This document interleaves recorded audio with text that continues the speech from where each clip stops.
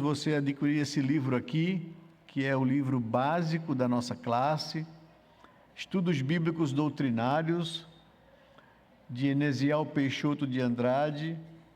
Ele é o roteiro dos 33 capítulos da Confissão de Fé, que nós damos aqui durante o ano para vocês. Estamos hoje na lição de número 17.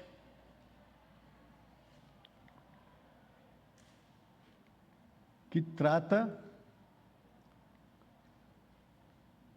da perseverança dos santos. Estamos passando já da metade do nosso curso, que tem 28 lições.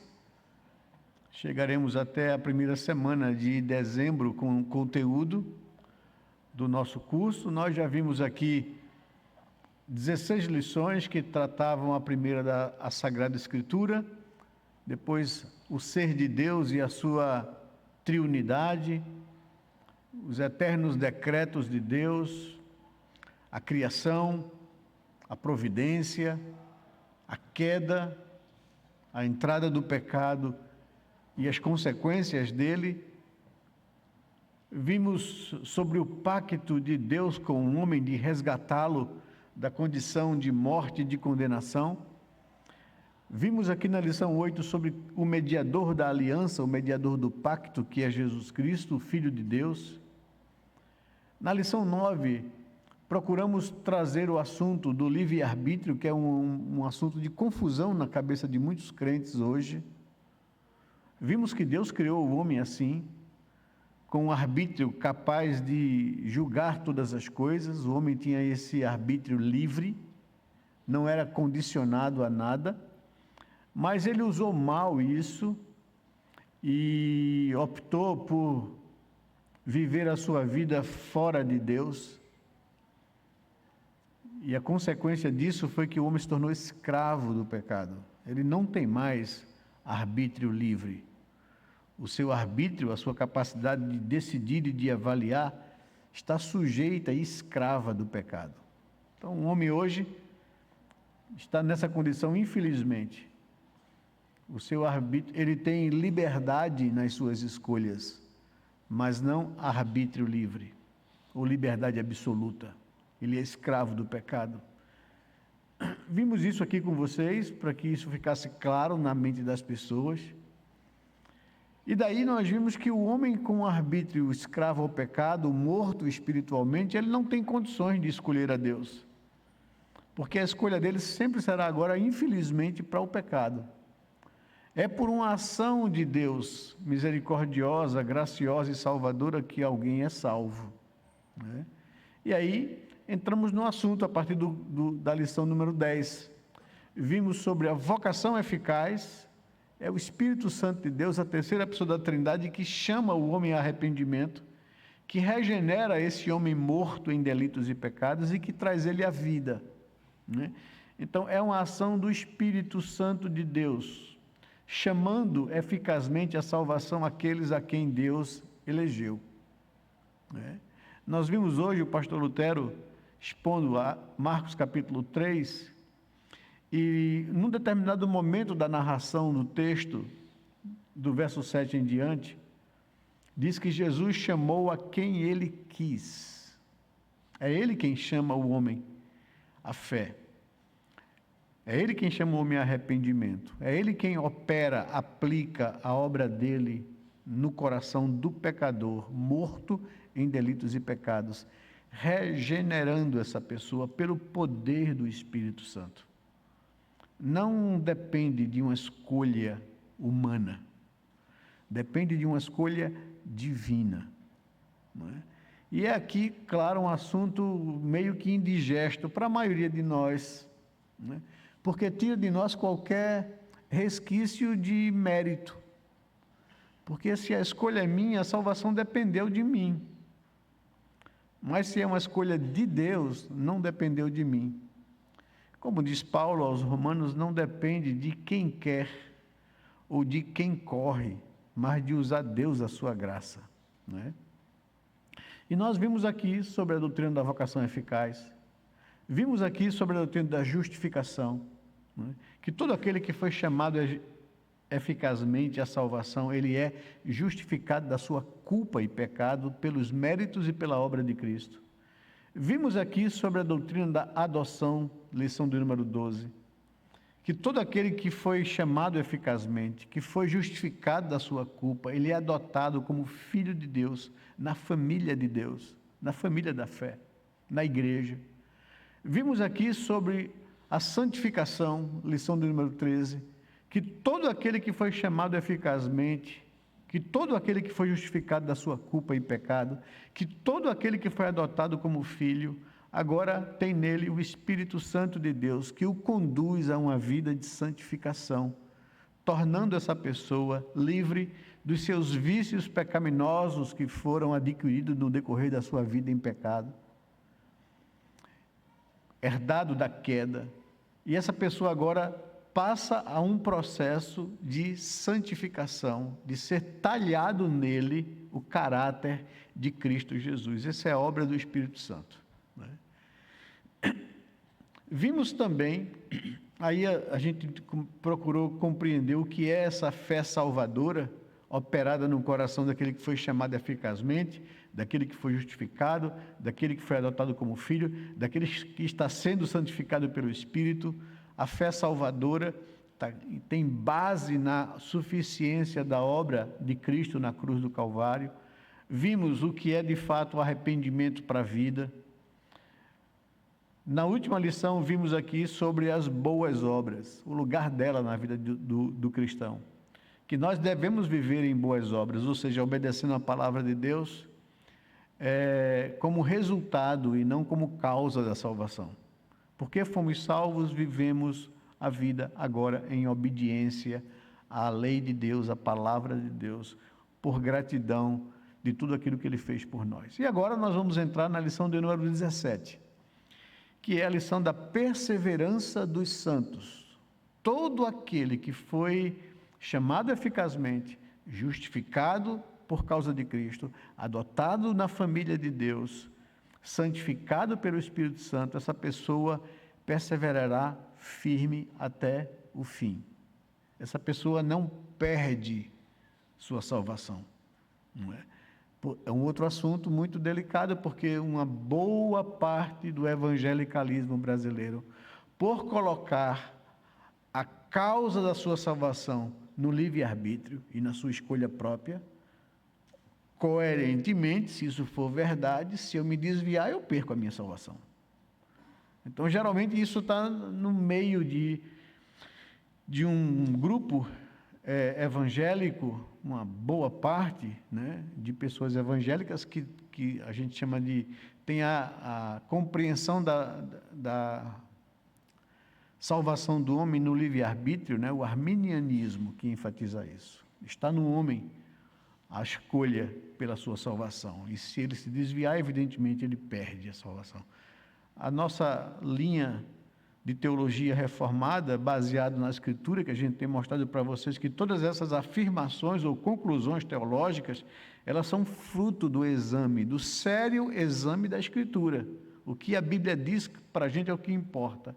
E a gente vai ver hoje sobre essa doutrina que tem por objetivo trazer segurança à vida de um crente, porque a minha salvação está baseada na cruz de Cristo, na graça de Deus e na misericórdia, e não em mim, né? Como o pastor Lutero concluiu seu sermão hoje, não sei por que Deus me escolheu, porque todos nós somos pó, pecadores, né?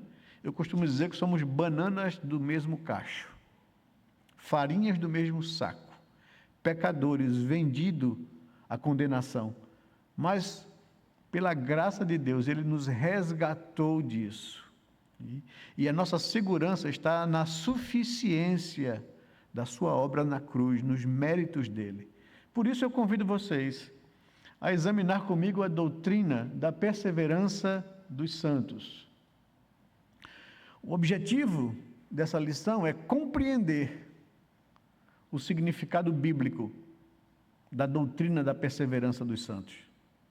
Compreender a sua natureza e que esta não isenta o salvo de passar por tentações por provações e às vezes até por deslizes.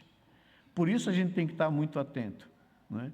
Então vamos procurar compreender o significado dessa doutrina, a natureza dela e também o fato de que ela não dá, assim, plenas garantias de que você não possa incorrer em falta.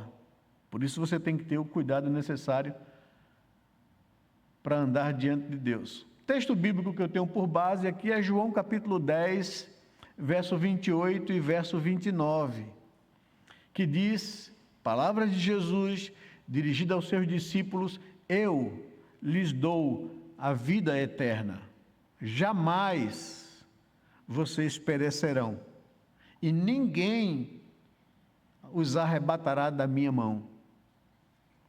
Aquilo que meu Pai me deu, ou seja, vocês, é maior do que tudo. E da mão do meu Pai, ninguém pode arrebatar. Ninguém tem poder para enfrentar Deus ou para desfazer o que Deus faz, ou contrariar a vontade de Deus. Em outras palavras, é isso que Jesus está dizendo. Sou eu quem lhes dou a vida eterna e lhes garanto que jamais vocês perecerão, se perderão, e ninguém pode arrebatar ou tirar vocês da minha mão. A garantia é o fato de que aquilo que o meu Pai me deu é maior do que tudo, e da mão do meu Pai ninguém pode tirar ou arrebatar. É essa palavra que o Senhor tem como base para o nosso estudo de hoje. Eu gostaria de convidar vocês à oração. Vamos nos colocar diante de Deus e pedir a sua direção para esse momento. Pai amado, muito obrigado pelo privilégio que já tivemos aqui de cultuar o Teu nome, Senhor. De estarmos aqui para agradecer por Tua bondade, por Tua misericórdia, por Tua graça, que um dia nos alcançou. Que o Teu Espírito Santo um dia nos levou a verdadeiro arrependimento, nos convenceu do nosso estado de pecado e nos fez também, ao mesmo tempo, olhar para a cruz e crer na suficiência da obra do Teu Filho em nosso lugar. Obrigado, Jesus, porque pagaste o preço do nosso resgate, levaste sobre Ti a nossa culpa, recebeste sobre Ti o castigo que era contra nós, para que nós tivéssemos vida e vida em abundância. Obrigado, Senhor Deus, por isso.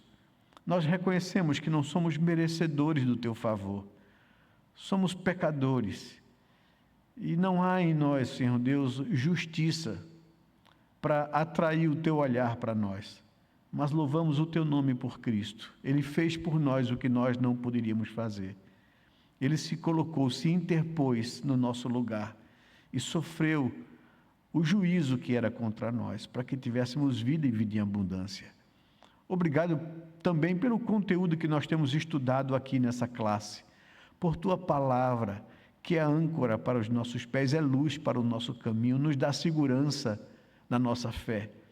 Faz com que possamos obedecer e depender e confiar no que a Tua palavra nos promete e nos fala, Senhor, para que a nossa fé seja bem fundamentada e não sejamos levados por qualquer vento de doutrina.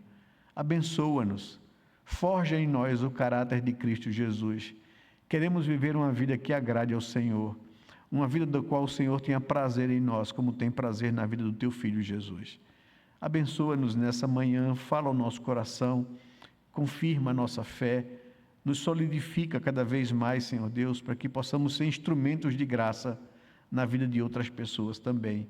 É o que Te pedimos, em nome de Jesus, Pai. Amém, Senhor Deus. Amém. Então vamos lá.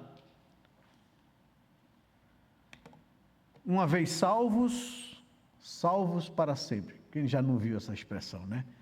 Os calvinistas, os presbiterianos gostam muito disso, né? Às vezes ela é usada até mesmo para justificar gente que está em pecado, né? E aí ela é tola na boca de uma pessoa dessa.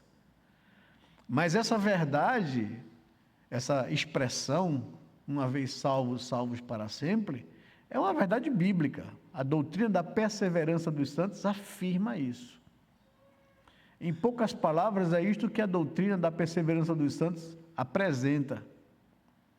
uma pessoa que é verdadeiramente salva, que foi chamada eficazmente pelo Espírito Santo, que foi justificada pelo sangue de Cristo, que foi adotada na família de Deus, que tem nele o Espírito Santo que o leva a um processo de crescimento espiritual e de santificação.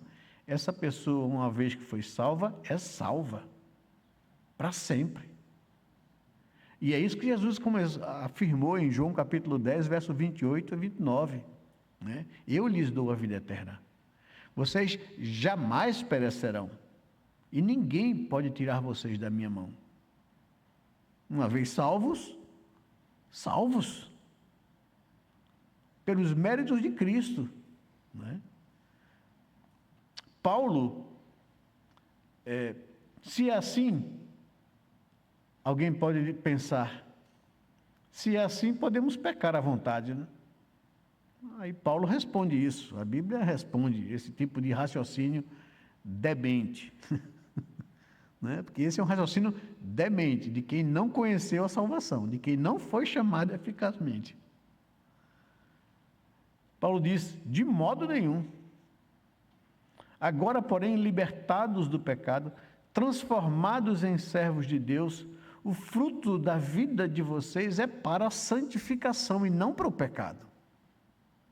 É para a santificação, e o fim, neste caso, é a vida eterna. Né? Nós já temos falado que a salvação, ele é um pacote que tem a justificação, a santificação e a glorificação. Né? Que sem santificação, ninguém verá o Senhor, ninguém será glorificado. Que a justificação é o meu passado na salvação. É quando eu criei em Cristo Jesus e foi imputado sobre mim a justiça de Cristo, que já não há mais nenhuma condenação para aqueles que estão em Cristo Jesus. Eu fui salvo da culpa do meu pecado, já não há mais condenação, já não há mais culpa sobre mim. Agora, a partir daí, eu começo a viver o processo de santificação, de depuração, de amadurecimento, de crescimento espiritual, onde o Espírito Santo vai tratando os vícios pecaminosos adquiridos na minha vida. E é uma luta constante, e vai ser até o final. Na santificação, pela ação do Espírito Santo, eu estou sendo salvo dia a dia do poder do pecado sobre mim. O pecado vai perdendo força. E eu vou me tornando cada vez mais parecido com Cristo. Eu vou crescendo espiritualmente, me fortalecendo espiritualmente. Né? Então, isso é o caminho natural do crente. Sem santificação, ninguém verá o Senhor. Então, se alguém for justificado, ele vai ser santificado. Ele não foi justificado para viver no pecado.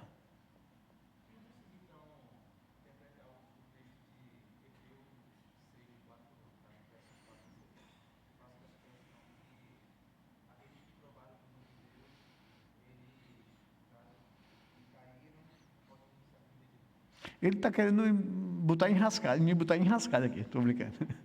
Ele está citando o texto de Hebreus, capítulo 6, que diz assim, que aqueles que experimentaram o dom de Deus e depois caíram ou voltaram para trás, não podem ser mais resgatados à justificação, né, à salvação. Ele está botando uma casquinha para a gente aqui, mas é bom.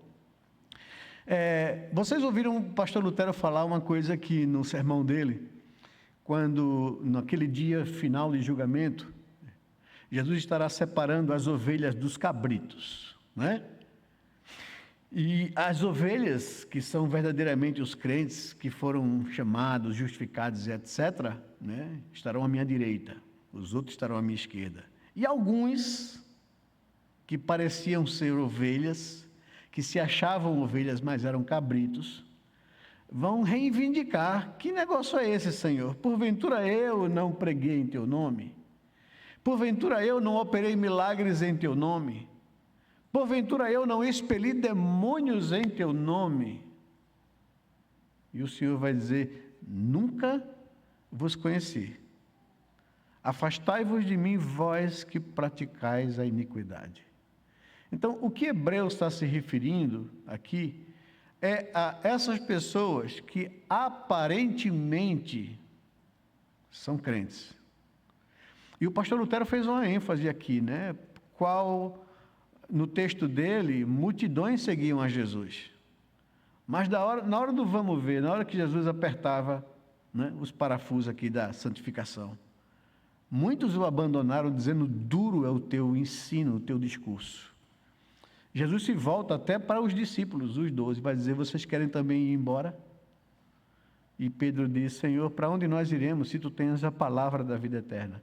Então, lembre-se disso, e a nossa intenção em estudar com vocês seriamente a Bíblia é para, de fato, trazer a você conhecimento e discernimento espiritual, para você não ser enganado ou levado por todo o vento de doutrina. Porque, infelizmente, é isso que acontece. A gente tem uma consciência equivocada no nosso consciente coletivo religioso brasileiro. Que tudo aquilo que não é católico ou espírita é crente. E crente é salvo. Eu digo a você, isso talvez seja o maior problema dos nossos dias. Porque nem todos aqueles que dizem Senhor, Senhor, são de fato do Senhor. Nem todo aquele que diz que é evangélico, que é membro de uma igreja evangélica, é de fato convertido. Por isso a gente prega, por isso a gente, fere a consciência, para que as pessoas se autoexaminem para ver se eu estou de fato num caminho. Quais as razões que me faz seguir a Cristo? Será que eu estou no meio da multidão que segue Jesus por interesses? Por aquilo que Ele faz e não por aquilo que Ele é? Então, o que Hebreus está falando? Hebreus está dizendo assim, olha, aquelas pessoas que aparentemente experimentaram o dom de Deus. O que é experimentar o dom de Deus? Não é o dom da salvação aí no texto. É experimentar a graça disso aqui. É a graça de estar no meio do povo de Deus, de ouvir louvores ao Senhor, de ouvir a palavra de Deus, de estar tão perto e não ter de fato o coração aberto para Cristo, ou não ter uma vida sincera com Deus, ou cochear entre dois pensamentos, Você é aquele crente Raimundo, É um pé na igreja e um pé no mundo, É viver uma vida incoerente com aquilo que eu digo crer. Então, Hebreus está falando disso, Hebreus está falando de um perigo que Paulo também fala nas suas cartas pastorais, que chama-se cauterização de consciência. E eu tenho dito isso aqui a vocês. Qual é o grande perigo de você ser um religioso, de você frequentar igreja, de você ouvir a palavra, mas isso não transformar de fato a tua vida, não levar você a uma vida coerente com Deus? É porque isso vai endurecer a tua consciência. O que Paulo chama de cauterização de consciência. Você vai ficar cínico. Você vai ficar duro.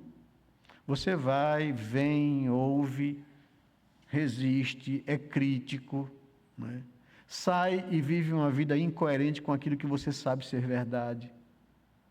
Você é religioso. Você pode ter 300 anos de igreja. Isso não lhe garante salvação. Então, a questão não é ser religioso, a questão é ser discípulo.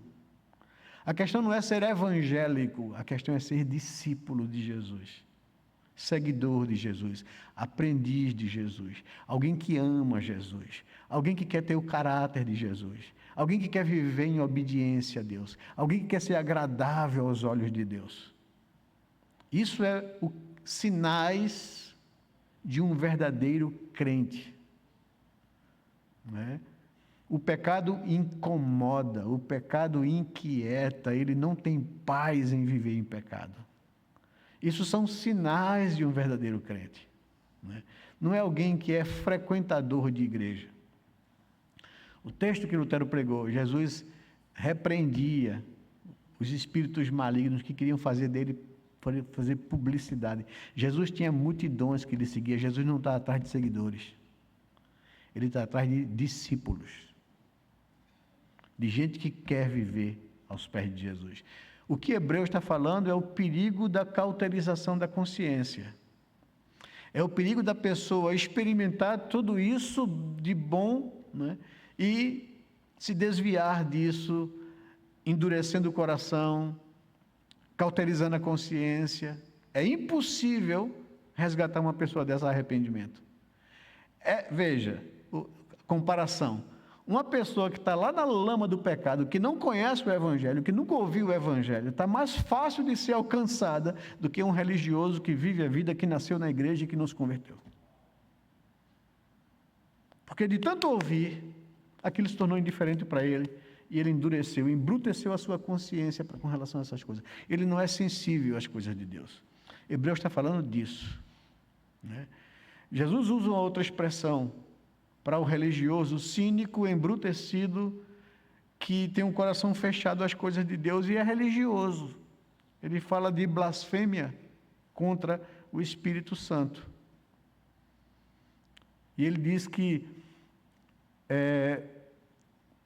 não é o ignorante, incrédulo lá do mundo que não conhece a Deus que blasfema contra o Espírito Santo. A blasfêmia contra o Espírito Santo só pode vir de religiosos que conhecem, que eram os fariseus, que viram Jesus expelir demônios de pessoas e disseram: ele faz isso pelo poder de Satanás. E Jesus diz: vocês são loucos, porque se Satanás expulsa Satanás, o reino de Satanás está dividido, e todo reino dividido contra si não subsiste. Mas o que vocês estão fazendo? Toda blasfêmia contra o Pai e contra o Filho vai ser perdoado ao homem, pode ser perdoado aos homens, mas vocês estão blasfemando contra o Espírito. O Espírito que convence o coração de vocês, o Espírito que incomoda o coração de vocês. Quando vocês chegam a esse ponto de cinismo, de embrutecimento, mesmo sabendo que a Bíblia diz que esses sinais que eu realizo seguiria e provaria que eu sou o Messias, e vocês endureceram o coração a tal ponto de falar que isso é obra de Satanás. Não há perdão para vocês, porque aquele que pode levar vocês a arrependimento, o Espírito Santo, vocês fecharam o coração de tal forma para eles. Então, Hebreus 6 está falando disso. Jesus falou disso quando separou os cabritos das ovelhas. E Jesus falou disso, blasfêmia contra o Espírito Santo. É um embrutecimento a ponto de não ser mais sensível à voz do Espírito, nem à palavra de Deus. Eu digo a você que a religiosidade, ela é muito perigosa, quando ela não é seguida de verdadeira transformação e sentimento de querer agradar a Deus, né? Ela endurece o nosso coração, ela torna comum aquilo que não é comum, ela nos torna indiferentes àquilo que é sagrado e que deve nos encantar. Estar na presença de Deus em culto, se isso encher o meu coração, se isso incendiar minha alma por Deus, aleluia, bom sinal na minha vida. Mas se isso me torna uma pessoa indiferente, frio, eu estou em perigo. Então vejam, toda a nossa preocupação em ensino é para dar a você um bom fundamento da sua fé, para que você se torne um cristão verdadeiro, e não uma pessoa que vive brincando com as coisas espirituais. Se alguém é salvo para sempre, então eu posso pecar por causa disso, já que eu sou salvo? A Bíblia diz: de modo nenhum. Porque uma vez que vocês foram libertados do pecado, uma vez que vocês foram transformados em servos de Deus, o fruto da vida de vocês deve ser para a santificação e, por fim, a vida eterna, né? Porque se vocês foram justificados ou salvos da culpa do pecado, se vocês estão sendo santificados, ou seja, salvos do poder do pecado, vocês serão glorificados, né? Quando Cristo voltar ou quando vocês partirem, vocês serão salvos de forma definitiva da presença do pecado na vida de vocês. Isso é a doutrina completa, né, da salvação. Romanos capítulo 6, verso 15 e 22, o texto que nós lemos aqui.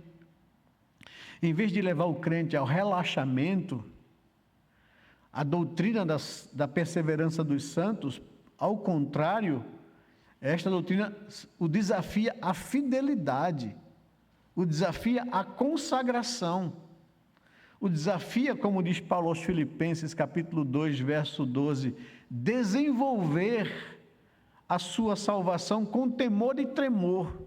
Né? E quando Paulo está falando de desenvolver salvação, ele não está pensando em justificação. Porque justificação é um ato, eu não desenvolvo justificação, é um ato da graça de Deus imputando ao pecador a justiça de Cristo.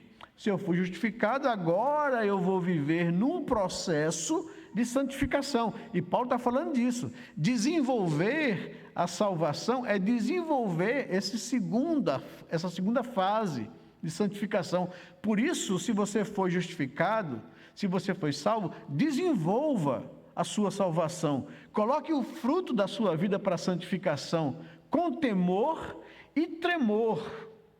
O restante do texto diz, sabendo que é Deus quem opera em você, tanto o querer isso, como o realizar isso. Né? Filipenses 2,12. Então, é isso que a Bíblia nos traz.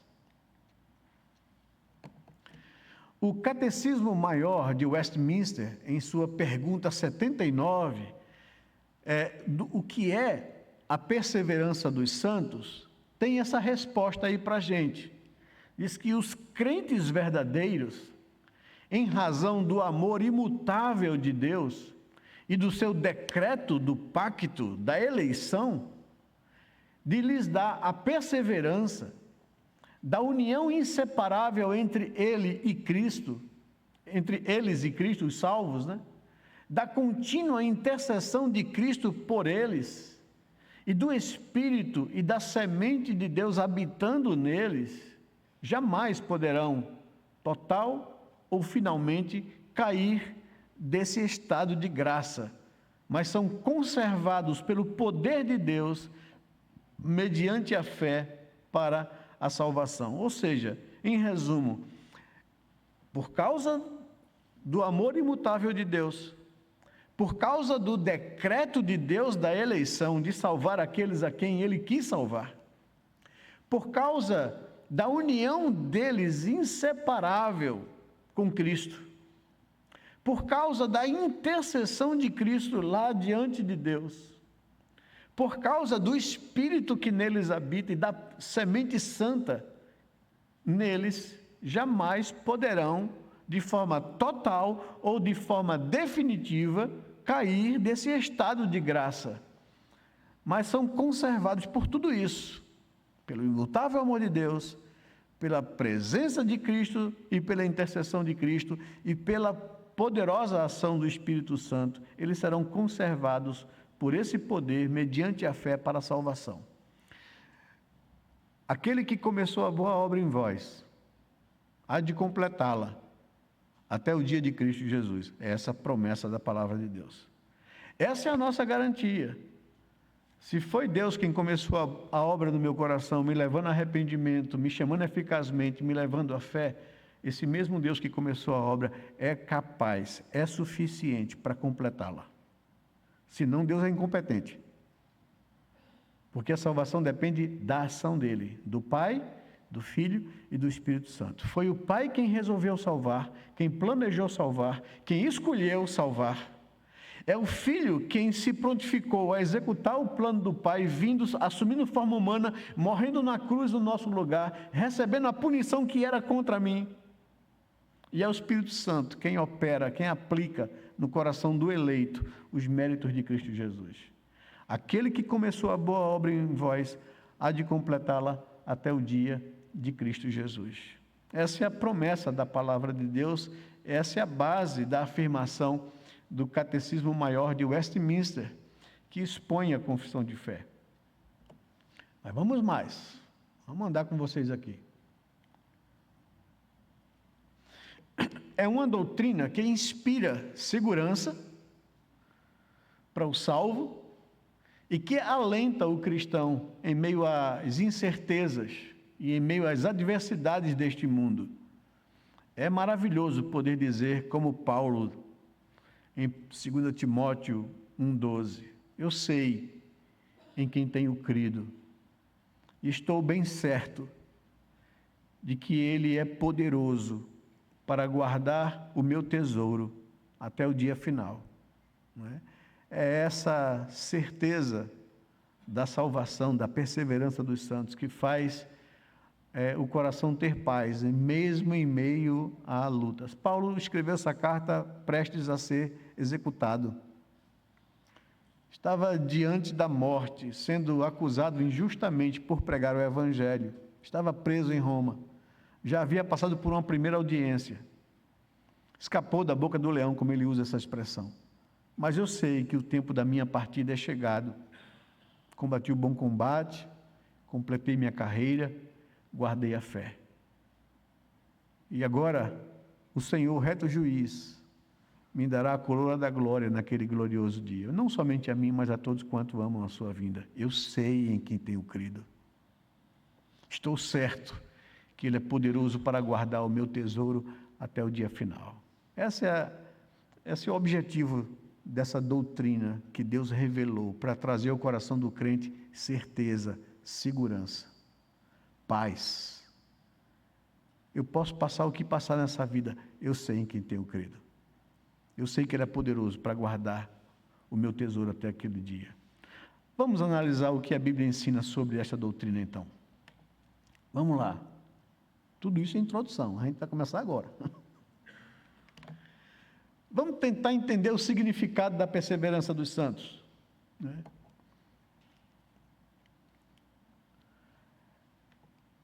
Essa doutrina diz respeito àqueles que foram eficazmente chamados e santificados. Vamos lá, exercício bíblico, vamos abrir a Bíblia aí em Filipenses 1, 6 e 1 Tessalonicenses 5, 23. Filipenses 1, 6. Eu quero alguém em voz alta ler para a gente aqui. Estou certo de que aquele que começou boa obra em vocês há de completá-la até o dia de Cristo Jesus. Pronto. Até o dia de Cristo, quando Ele voltar para buscar os que são seus, Paulo diz, eu estou certo de que aquele que começou a boa obra em vós há de completá-la até o dia de Cristo. Então, esse é um texto que nos faz entender o significado dessa doutrina da perseverança dos santos. Outro texto, 1 Tessalonicenses capítulo 5, verso 23 e verso 24. Alguém pode ler em voz alta para a gente? O mesmo Deus da paz vos santifique em tudo, no vosso espírito, alma e corpo, sejam conservados íntegros e irrepreensíveis na vinda de nosso Senhor Jesus Cristo. Fiel é o que vos chama, qual também o fará. Fiel é aquele que vos chama, o qual também fará. Essa é a promessa aqui maravilhosa. E por causa disso, por causa da fidelidade de Deus, que nos chama à salvação e que nos leva até o dia final, esse é o verso 24, o mesmo Deus da paz os santifique em tudo, e que o espírito, alma e corpo de vocês sejam conservados íntegros e irrepreensíveis na vinda do Senhor Jesus. Então, veja, a doutrina da perseverança dos santos não dá margem a ninguém viver de outra forma que não de forma íntegra e irrepreensível.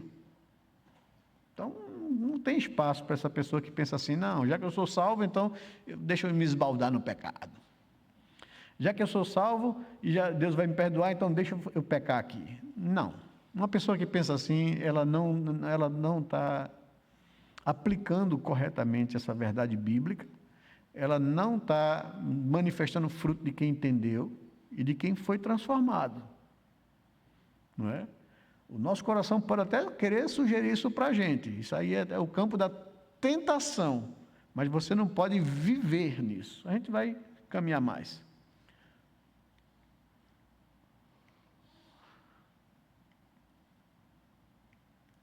Vamos, filho.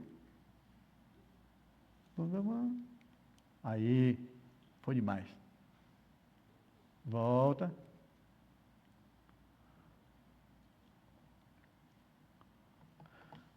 Segundo, indica a impossibilidade do salvo cair do estado de graça e salvação. A doutrina da perseverança dos santos nos indica a impossibilidade de uma pessoa perder a salvação, não é? Do salvo cair do estado de graça, do estado de salvação. Vamos lá, João capítulo 10, verso 28, nosso texto base, verso 28 e verso 29, e 1 Pedro 1, de 3 a 9. Alguém lê João 10, 28 e 29, por favor.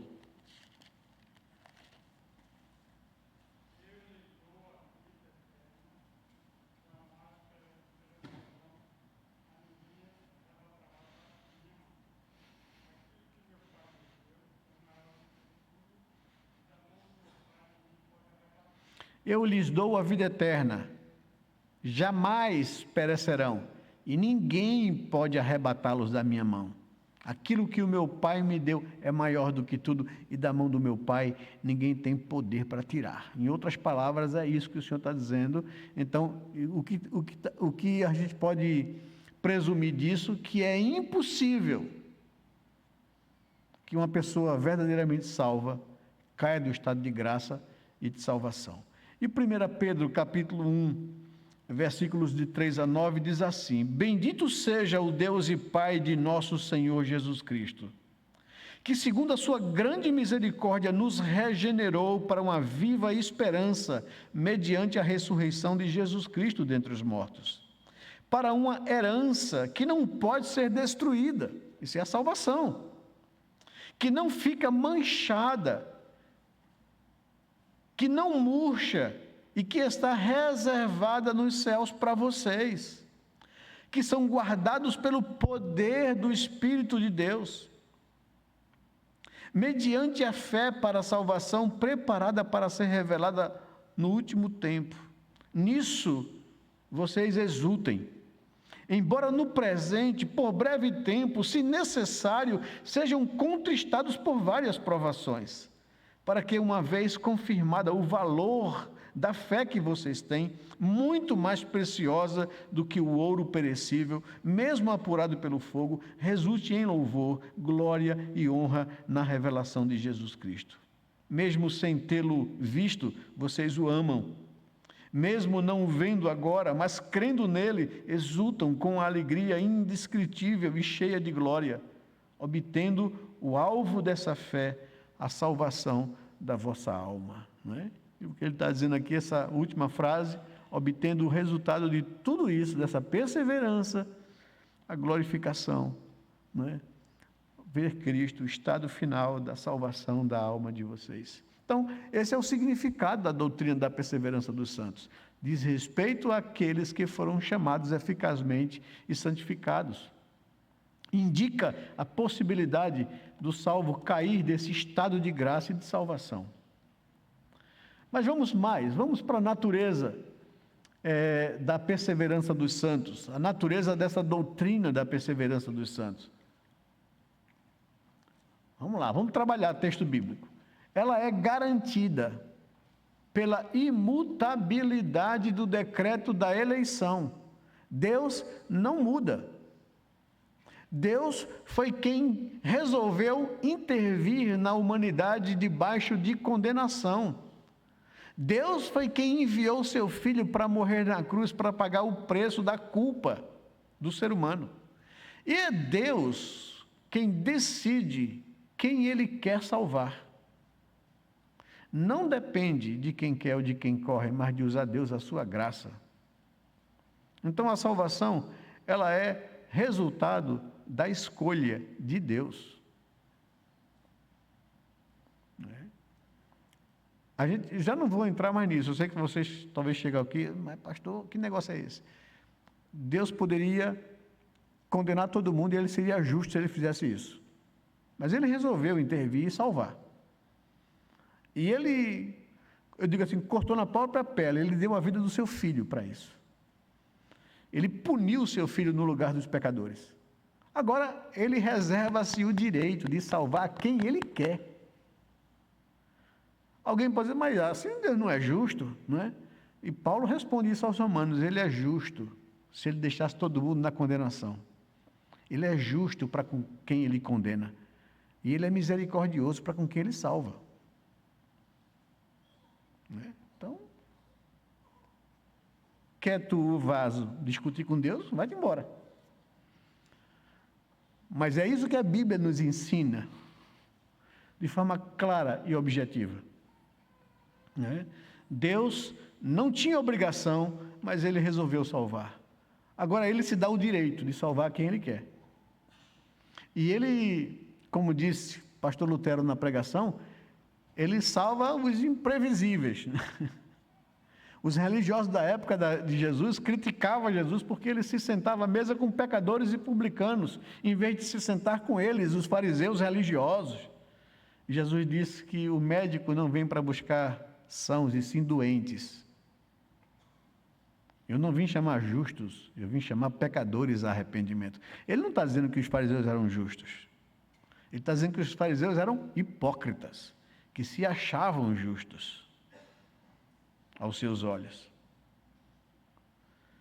Se vocês não se acham doentes, não foi para vocês que eu vim. Eu vim para doentes. Eu vim para quem se reconhece pecador. E não para quem reconhece justo aos seus próprios olhos. Né? Vamos lá. É a imutabilidade do decreto de Deus quem garante a perseverança dos eleitos. Jeremias 31:3. Alguém pode sacar esse texto aí para a gente, ler em voz alta?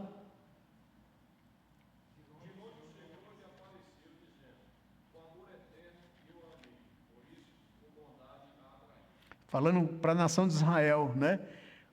Com amor eterno eu a amei e com bondade eu a atraí. É Deus quem ama objetivamente o pecador e quem atrai esse pecador à sua presença.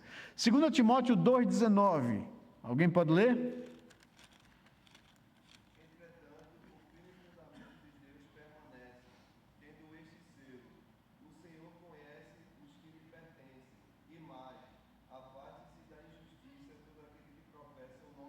Pronto, o Senhor conhece aqueles que lhe pertencem.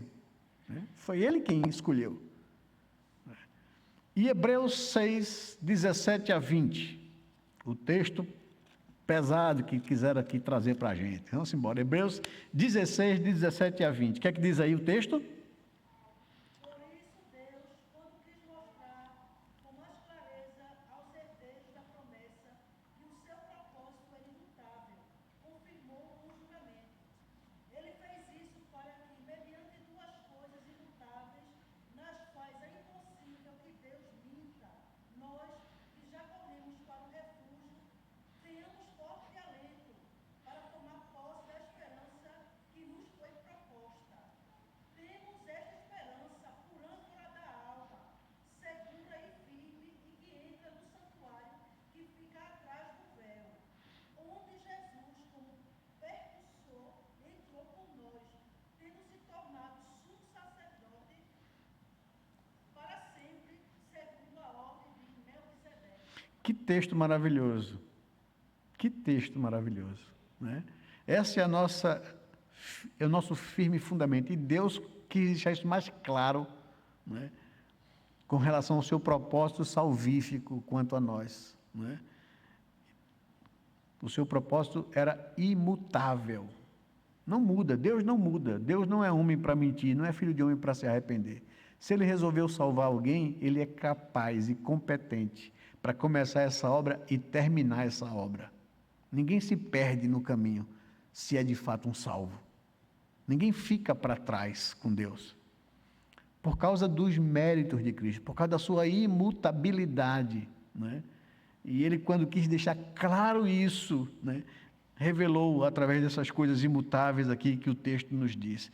Isso é tão bonito, né? Temos esta esperança por âncora da nossa alma. Essa é a nossa segurança, é a nossa firmeza. Né? Que texto maravilhoso. Vamos mais. Ainda tratando da natureza da perseverança dos santos, ela é coerente com a natureza do pacto da graça. Né? É o pacto da graça que Deus estabeleceu para salvar o homem. Então, a perseverança é coerente. Jeremias 32, 38 a 41 e Hebreus capítulo 8, 10 a 12. Duas pessoas com voz alta para a gente.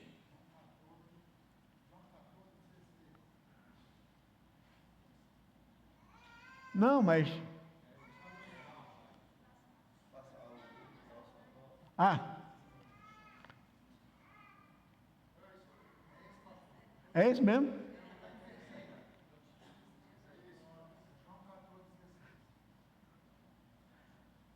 Nossa, eu estou aqui com o meu estudo diferente. Deixa eu ver aqui. É coerente com a natureza do pacto da graça. Deixa eu ver se vem mais alguma coisa aqui, porque se mudaram.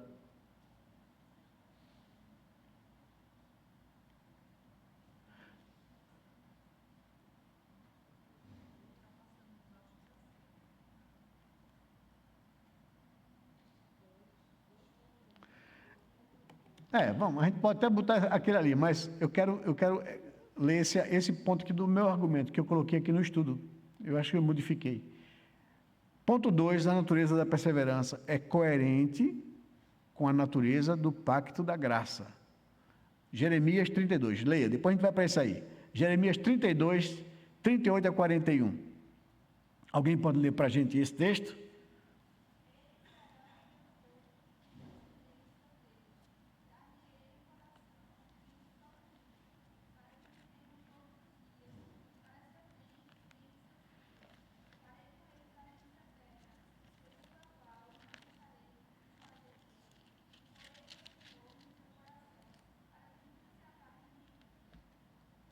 Veja, que texto bonito, né? Essa é uma promessa de Deus para o povo, para a nação de Israel, o seu povo. Eles serão o meu povo, e aqui, claro, se aplica a nós, a igreja. Eles serão o meu povo e eu serei o seu Deus. Eu lhes darei um só coração e um só caminho, para que me temam todos os dias, para o próprio bem deles e bem de seus filhos. Farei com eles uma aliança eterna, segundo a qual não deixarei de lhes fazer o bem, porei o meu temor no coração deles, para que nunca se afastem de mim. Terei alegria em lhes fazer o bem e os plantarei firmemente nesta terra, de todo o meu coração e de toda a minha alma. Promessa de Deus, é Deus quem fará todas essas coisas no coração daqueles a quem Ele escolheu. E Hebreus 8, 10 a 12. Alguém abriu lá, lê para a gente, por favor.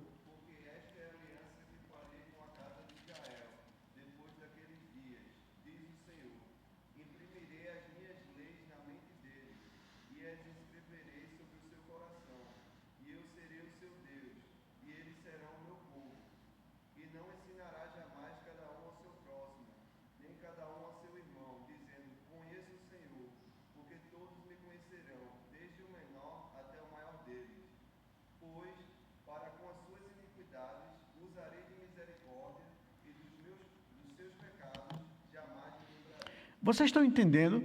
É Deus quem diz que opera essas coisas no coração daquele a quem Ele escolheu. Eu vou colocar isso no coração deles. Eu vou fazer isso por eles. É Deus quem faz isso no meu coração. É resultado da graça dEle em mim e em você. Não é mérito nem meu nem seu. Você não cabe na vida de um crente dizer assim, não, eu estou crente, eu estou andando bem, eu conheço as verdades, eu sou melhor do que os outros.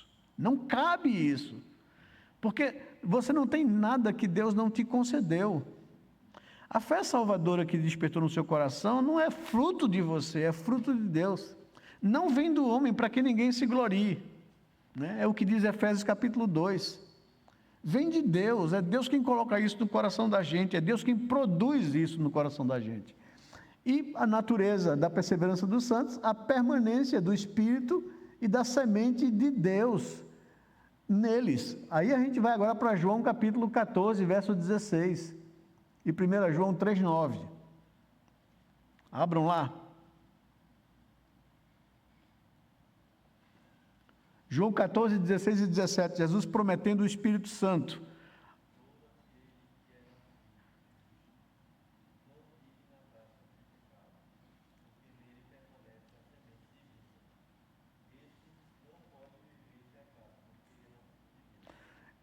Esse é 1 João capítulo 3, verso 9. Todo aquele que é nascido de Deus não vive na prática do pecado.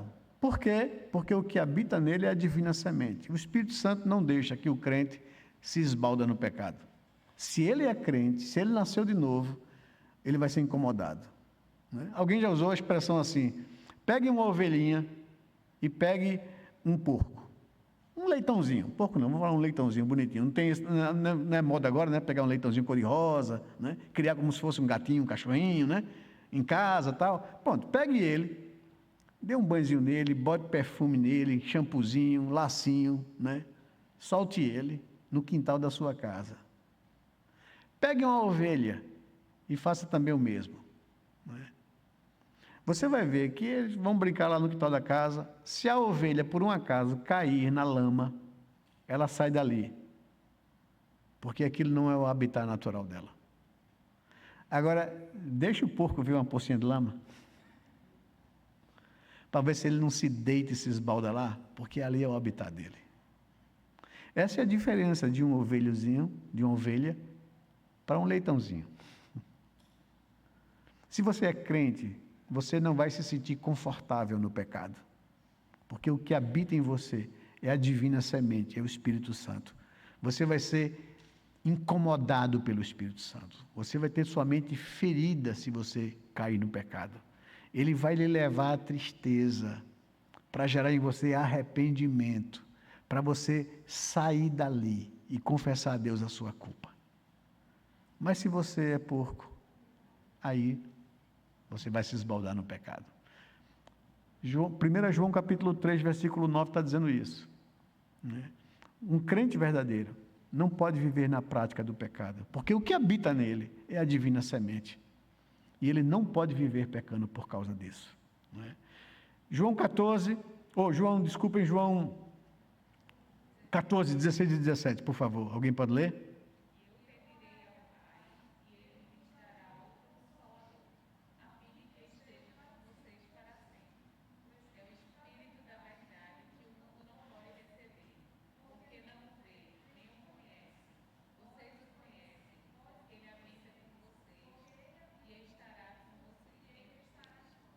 Gostei da... Ficou legal, viu? Sincronia boa. Jesus está prometendo que não deixarei vocês órfãos. Eu vou partir, eu vou ser entregue na cruz, eu vou partir para o Pai, mas eu enviarei o Espírito Santo. Esse Espírito que o mundo não pode conhecer, porque não vê nem o conhece. Não pode recebê-lo por causa disso. Mas vós o conheceis, porque Ele está entre vocês. E Ele habitará o coração de vocês. Veja, aí Jesus deixa claro uma diferença da dispensação do Antigo Testamento para a dispensação do Novo Testamento. Na antiga dispensação, o Espírito Santo agia estava entre vocês, né? Mas ele não habitava o coração do crente. Agora, na nova dispensação, ele vem habitar o coração do crente. Vocês vão receber o Espírito Santo Consolador. Ele estará em vós. Vocês o conhecem porque ele atua entre vocês, mas agora ele habitará em vós. O mundo não pode receber porque não vê nem o conhece.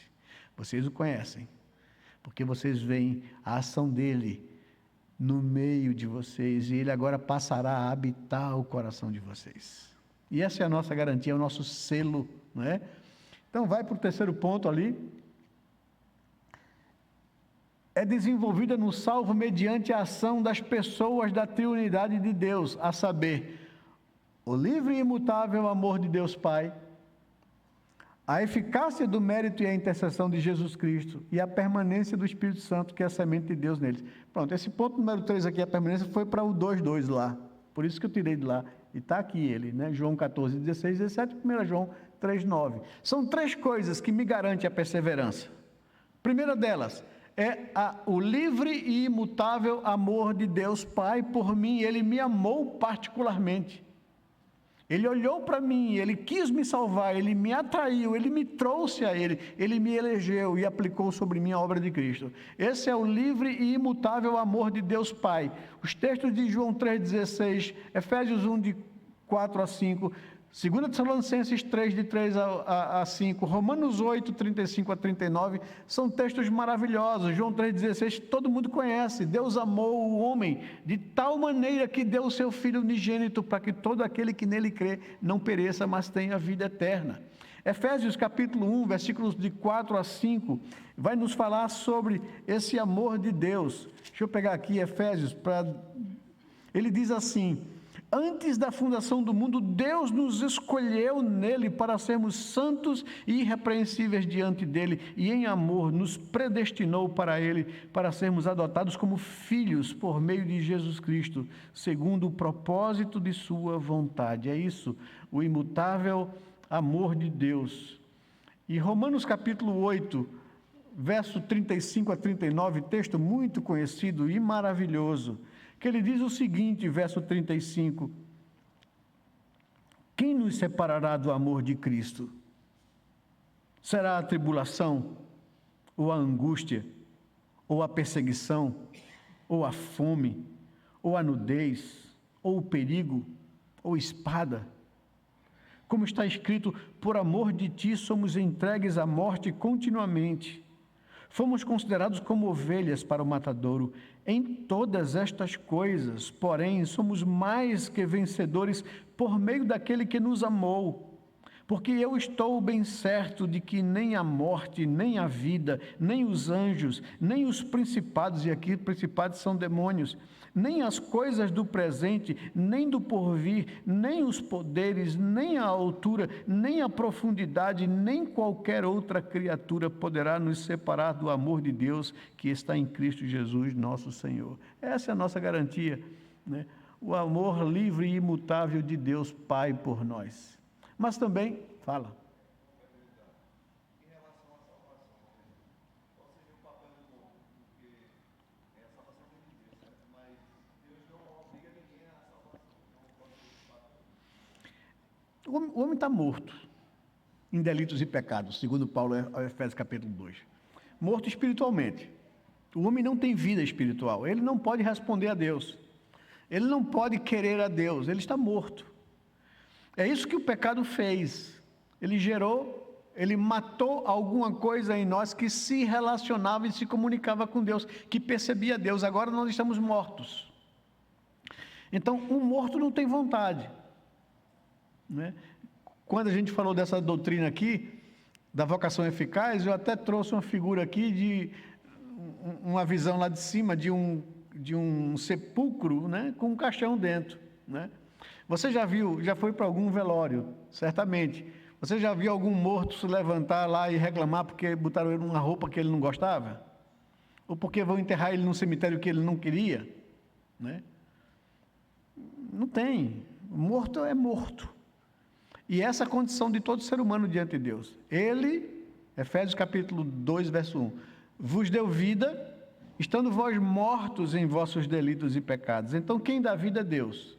O homem é um elemento passivo na salvação. Quem é o sujeito ativo é Deus. É Deus quem resolveu salvar. É Cristo quem morreu na cruz. E é o Espírito Santo quem acorda o morto. Quem regenera o morto. Quem traz o morto à vida. Depois que esse morto veio à vida, aí ele olha para si, percebe-se pecador e lamenta o seu pecado. E ele olha para a cruz e diz, minha esperança está ali. Então, ele só consegue isso depois dessa operação do Espírito Santo de Deus regenerando ele a vida, né? Então, mas o Espírito Santo só acorda da morte o eleito. Então, só vai crer, né, o eleito. Por isso que Paulo termina dizendo assim, ele pinta esse quadro, né? Efésios 2, de 1 a 10. Ele diz, ele, Deus, vos deu vida, estando vós mortos em vossos delitos e pecados, nos quais vocês andavam outrora, segundo o curso deste mundo, segundo o príncipe da potestade do ar, desse espírito que agora opera nos filhos da desobediência, os quais também todos nós, os crentes efésios, estávamos nisso, andando segundo a vontade da carne e dos pensamentos, fazendo a vontade da carne, e éramos por natureza filhos da ira, como também todos os outros homens. Mas Deus, sendo rico em misericórdia, por causa do grande amor com que nos amou, e mesmo estando nós mortos, nos deu vida, graciosamente com Cristo, pela graça sois salvos, né? Isso que ele diz, é graça, é um favor de Deus a nós, né? Não vem do homem, para que ninguém se glorie. Somos feituras dele, criados em Cristo para as boas obras, as quais Deus preparou de antemão para que a gente andasse nela. Então, a ação do homem, ela é passiva. O homem é chamado à vida pelo Espírito Santo. E quando ele acorda da morte, ele olha para a cruz e louva a Deus, agradece a Deus, não é? Não existe ninguém que não foi eleito, que vai ter essa operação do Espírito Santo, que vai acordar, vai olhar para a cruz e vai dizer, quer não. Não existe isso, não é? Ele é atraído pelo amor de Cristo, e ele se apaixona por Cristo, né? Então, isso que é a ação de Deus. A eficácia da salvação, da perseverança, é o mérito e a intercessão de Cristo. Hebreus 7, 25, Hebreus 9, 12, Hebreus 10, 10 e 14. Vocês vão ver isso em casa. E a permanência do Espírito Santo, né? O que a gente já leu de João 14, 16 a 17 e 1 João 3, 9. E por fim, só para a gente fechar aqui, a perseverança dos santos e o pecado. A queda, o pecado e a perseverança dos santos. Como é que funciona isso? É bom dizer que a doutrina da perseverança não está pregando perfeição. Que nós somos passíveis de cometer... Vem para cá. Que pressa é essa? A perseverança dos santos não isenta o salvo de passar por tentações e até mesmo cair. Então a gente tem que ter cuidado para que a gente agora tenha... Deus nos concedeu algo muito valioso, que é a nossa salvação. Mas eu continuo ainda com a natureza pecaminosa. Ela está aqui dentro, latejando, querendo pecar, se inclinando para o pecado. Agora se estabelece uma guerra dentro de mim. Eu tenho uma nova natureza criada em Cristo Jesus, que ama a Deus. Mas eu tenho uma velha natureza que é inclinada para o pecado. E aí você vai viver esse conflito.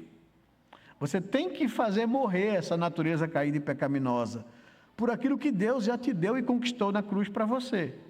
Essa aqui, na santificação, você tem que desenvolver a sua salvação, se esforçar, correr, se utilizar dos meios de graça, da palavra, da oração, da comunhão dos santos, para se fortalecer contra a natureza pecaminosa que palpita, que lateja em você, né? Que lhe assedia continuamente.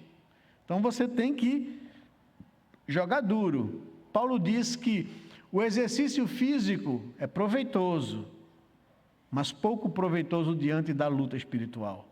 Mas o exercício espiritual é proveitoso, porque tem promessa de vitória nessa vida aqui e na vida que há por vir, né? Então, existe um exercício espiritual, né? A gente tem que estar malhando espiritualmente, e a gente tem que suar espiritualmente. É fácil ler Bíblia todo dia? É fácil você se colocar de joelho diante de Deus todo dia? Você tem que lutar muitas vezes para isso. É fácil você lutar contra determinados pecados, estabelecendo um jejum na sua vida diante de Deus? Às vezes é fácil você se acordar e vir para a igreja. Tem momentos que a gente está lá em cima, bem espiritual, é um prazer. Tem momentos que a gente está...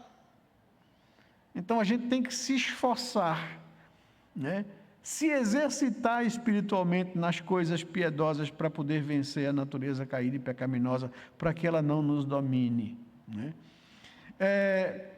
Deixe-me ler Mateus capítulo 26, versos 70, 72 e 74, só para a gente bater martelo nessa questão da luta contra o pecado. O verso 70 de Mateus capítulo 26 diz assim: mas ele negou diante de todos e disse... Isso é Pedro. Pedro é um cara crente? É. Pedro amava Jesus? Amava. Pedro queria defender Jesus quando Jesus disse que seria entregue nas mãos das autoridades? Queria, levou até uma espada escondida. Quando vieram prender Jesus, ele até sacou da espada e foi para cima dos caras. Até tentou pegar o pescoço de um, mas só acertou a orelha. Ele queria defender Jesus, ele amava Jesus. Ele prometeu fazer isso. E Jesus disse: Pedro, hoje mesmo tu vai me negar 3 vezes, Pedro. Ele vai dizer: que nada, Jesus, tu estás doido, né? eu vou até a morte com o Senhor. E na hora do vamos ver, aí Pedro afrouxou, né? Jesus foi preso, João e Pedro deram um jeito para entrar na casa do sacerdote, ficar lá no quintal com os criados, quando Jesus estava sendo julgado, questionado lá, inquirido. E aí uma serva, uma empregada da casa do sacerdote chegou para Pedro e disse: rapaz, tu é judeu, né? Tu é galileu, teu sotaque está te denunciando, você é discípulo de Jesus. E Pedro, o que é que Pedro diz aqui no verso 70? Mas ele negou diante de todos e disse: não sei o que você está dizendo. Verso 72, ela foi outra vez e você chamou mais gente. E ele disse, ele negou outra vez com juramento: não conheço esse homem. Verso 74, então ele começou a praguejar e a jurar: não conheço esse homem. E no mesmo instante o galo cantou. Então Pedro se lembrou da palavra que Jesus lhe tinha dito: antes que o galo cante, você me negará 3 vezes. E Pedro, saindo dali, chorou amargamente. A perseverança dos santos é garantia que a gente não vai cair, que a gente não vai pecar? Não. Então tenha cuidado com sua vida. Vigie. O espírito está pronto, disse Jesus, mas a carne é fraca. Vigie, né? É isso que o texto nos diz. E aqui eu vou passar.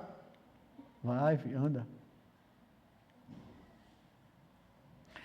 O que acontece quando os salvos cedem às tentações? O que acontece? Várias coisas acontecem. Eu vou só citar aqui algumas delas e os textos vocês vão ler em casa. Incorrem no desagrado de Deus. A gente desagrada a Deus quando a gente peca. Entristecemos o Espírito Santo de Deus. Efésios 4:30. Não entristeçais o Espírito Santo de Deus, no qual foste selado para o dia da redenção. A gente entristece o Espírito dentro da gente quando a gente desobedece, quando a gente peca contra Deus.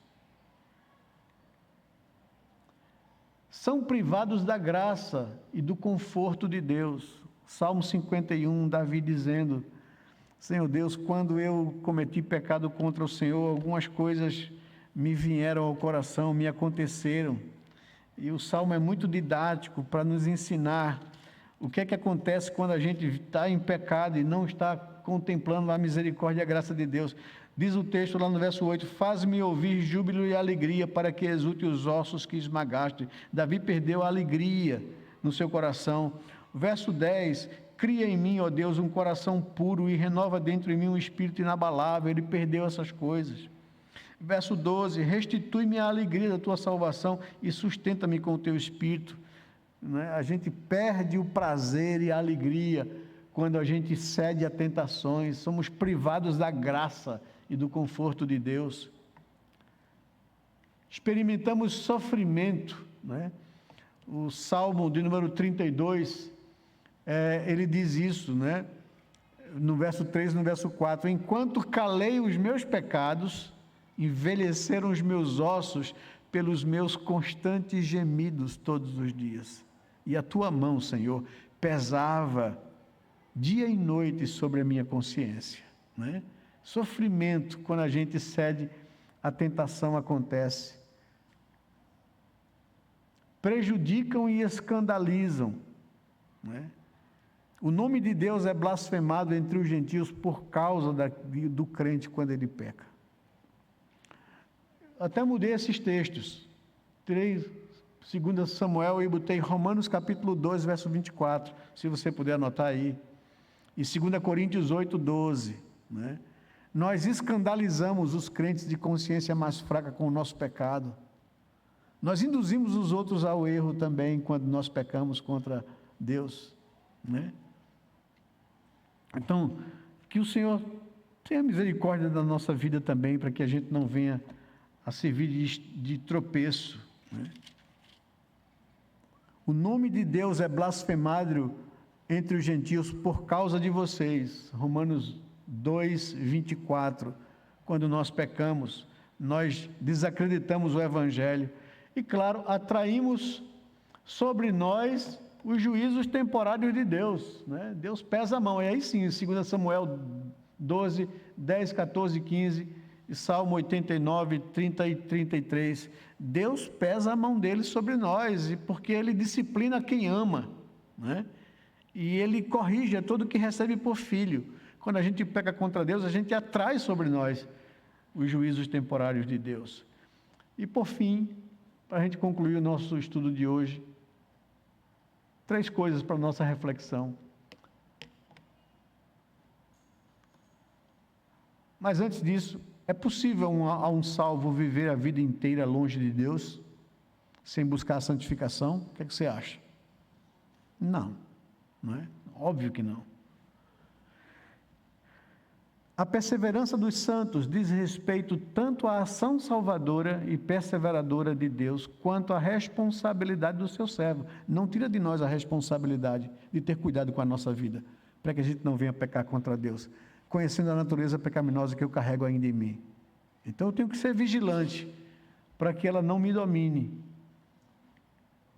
O que a compreensão dessa doutrina produz em você? Não é? Eu acho que 2 coisas produz depois disso. Primeiro, senso de responsabilidade, para que a gente não vacile. E segundo, ao mesmo tempo, segurança, sabendo que, ainda que eu vacile, isso não faz com que eu perca a minha salvação, por causa da misericórdia de Deus, por causa da graça de Deus. Agora eu preciso me arrepender, preciso confessar o meu pecado a Ele, e pedir como Davi: Senhor, restitui a alegria da salvação no meu coração, para que eu possa viver diante do Senhor para a tua honra e glória. Amém? Que Deus possa nos abençoar, que a gente possa perseverar firme até o fim. Vão na paz do Senhor, até a noite, aqui no culto, para louvar o nome de nosso Deus.